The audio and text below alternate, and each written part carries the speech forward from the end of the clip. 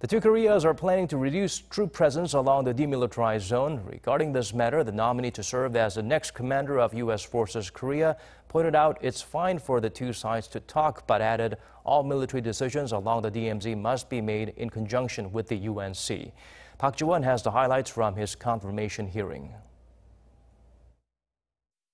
Speaking at his confirmation hearing in front of the U.S. Senate Committee on Armed Services earlier this week, General Robert Abrams, appointed to become the next commander of the United Nations Command, Combined Forces Command and U.S. Forces Korea, said while the two Koreas can freely engage in dialogue, all activities with regards to the demilitarized zone are under the sphere of the United Nations Command.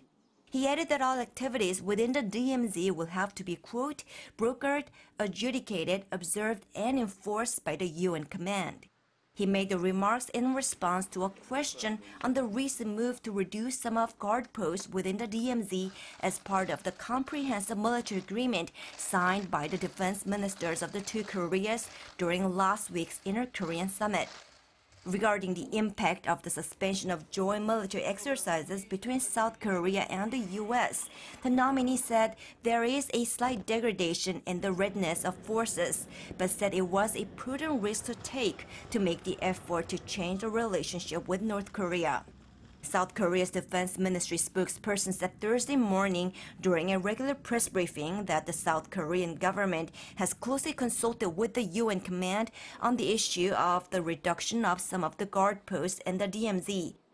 The ministry has been closely consulting with the United Nations Command regarding the Inter-Korean Comprehensive Military Agreement, including the reduction of guard posts. It will continue to cooperate and consult with the UNC on various levels in implementing the agreement.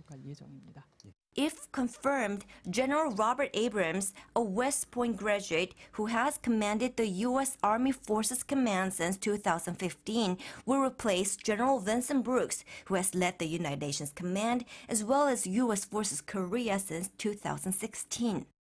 Park Ji-won, Arirang News.